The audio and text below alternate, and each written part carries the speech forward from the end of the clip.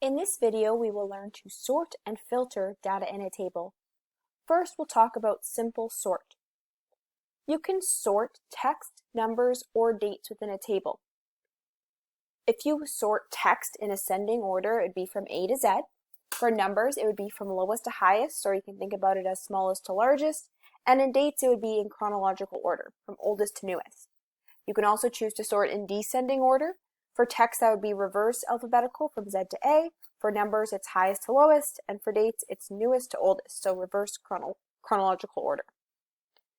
We'll do a simple sort by going all the way down to your steps down here.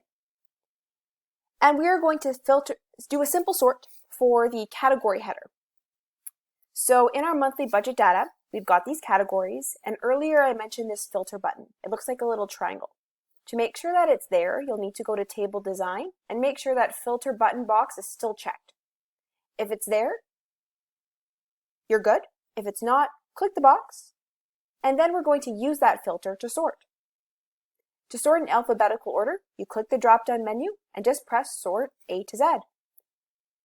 What that can accomplish is it now groups the entries of the same category together. So all of the cars come first, then electricity, then gasoline. Notice they are in alphabetical order, so from A to Z, and it's grouping together all of our same types of entries. That is a simple sort. Next, we're going to talk about multi-level sort. Multi-level sort is when you want to sort by more than one column at a time. A good example is if you think about grades of MOG1007 students, we could sort first by your student number, so that they're in order from lowest to highest student numbers, but you could also sort by course section, so that we have lowest to highest student number in section 1 of the course, and then lowest to highest student number in section 2 of the course, for example. We would want the grades divided by course section so they could be appropriately entered into the system for students in the different courses. That's just one example of a multi-level sort, but you can sort by even more than 2 columns. You could sort by 3, 4, or even more if you need to. In order to do a more complicated sort, you do need to use the sort button and dialog box. So I'll show you all of these steps. Again, if we go down to our big quarterly budget data, we've sorted based on category first. That was our first sort that we completed these steps here. Next, we want to sort by the amount spent. So for each category, the amount spent should be in order from lowest to highest. For example, take electricity. Right now, they're just not in order from lowest to highest. We have most expensive electricity, then 193.45, then 156.04. For gasoline, also notice that they aren't in any particular order from highest to lowest or lowest to highest. We just have our entries right now organized by category only. So we want to add this second way to sort by amount spent from smallest to largest. As I quickly mentioned, in order to add a second sort, you will need to use the sort button. So click anywhere inside of the table. On your data tab of the main ribbon, we want to use this sort button. Notice that it says the data in our table is already sorted by category from A to Z. To sort on a second column, we press Add Level, and we're going to say we now want to sort based on amount spent from smallest to largest. When you have those entered, you'll press OK. Notice that you also have options to delete, so you can go back to sorting by one category or copy if you want to use the same information again. But once you have your sorting how you want to, press OK. And now we'll have it sorted by category, like car, electricity, gasoline. But once we look at the amount spent, those are also organized within each category from the lowest amount of money spent to the highest amount of money spent. And that is what is called a multi-level sort. So we have done these steps to sort based on one variable, which was just the category in the budget, and then sort on a second variable using the sort button, which was the amount actually spent. Next, we're going to talk about filtering. We have been calling that button where we did the simple sort the filter button, but what is a filter actually? The filter arrows appear when we make our table, but filtering is actually defined as a way to limit the data you see based on specific criteria, so that rows that do not meet the criteria will be hidden, and those that do meet the criteria will show up. You can filter based on numbers, so if they're equal to a specific value, greater than, less than, or between something. You can filter based on text, like if it equals or contains certain values, and dates, like if something happened before or after a date, if it's exactly equal to a date, etc. In order to use filters, you will need to make sure that the filters are turned on. There are many ways you can do that with the actual filter button within the data tab. If you click inside the table like we have here, we have the filter button checkbox within the table design tool. So there are many ways to make sure your filters are turned on. And once you've used that, you'll be able, or once you've added the filter, you'll be able to apply specific rules to be able to narrow down your data according to specific criteria. So I'll show you how to do these specific rules with some examples.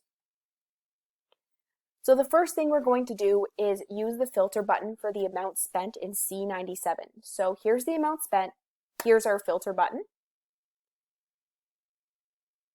If we go into number filters, this is where you can see options for filtering equal to, not equal to, greater than, less than, etc. The instructions say we want to apply a number filter to only show entries less than $100. Maybe you're interested on where you're spending all those little amounts like on coffee or takeout food, and you want to reduce that spending in your budget. So we would go to number filters, less than, enter the number 100 in this custom auto filter box and press OK.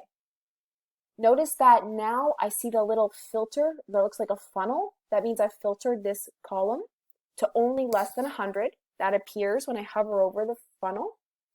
And all of the rows in blue means that it's only showing these rows. This is where they used to be in order. All of the other ones that aren't showing, like row 102, 103, etc., are hidden because they are not less than $100 for the amount spent. And that's a filter with numbers specifically. Next, I want to show you a filter button with text.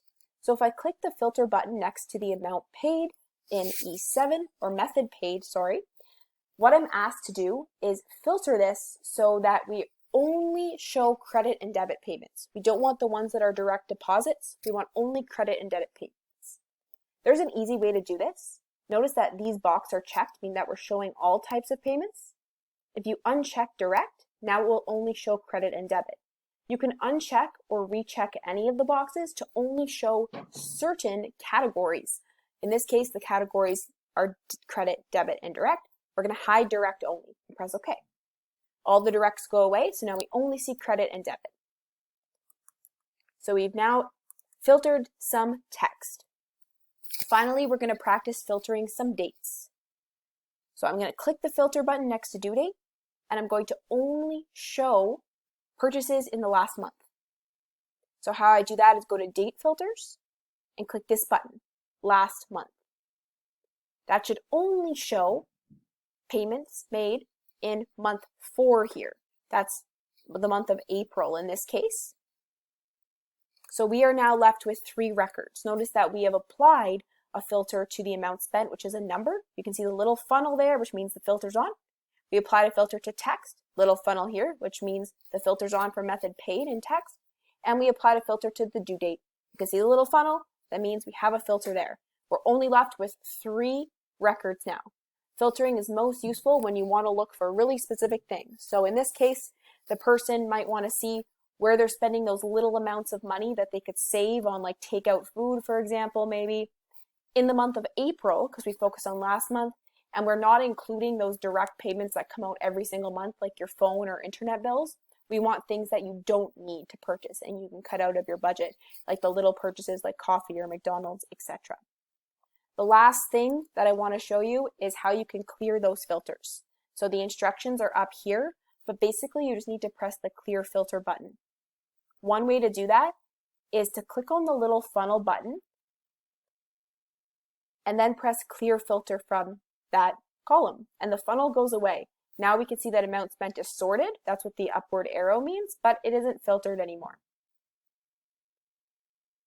Also, if you click on due date, let's say, and table design, or sorry, the data column, you could also press clear. This button here will also clear the filter. And when you press that button for clear filter, it should do it for the entire table. So instead of having to go one by one, we can go back to our original data there, and it did clear the filter now for the due date and method paid as well when we cleared those filters. So a little bit of a shortcut in that case. So there's multiple ways to clear the filters. Either click on the downward arrow and press clear filter from that specific column, or clear them all by pressing the clear button. Sorting and filtering are probably some of the most useful ways to find information that you need inside of tables.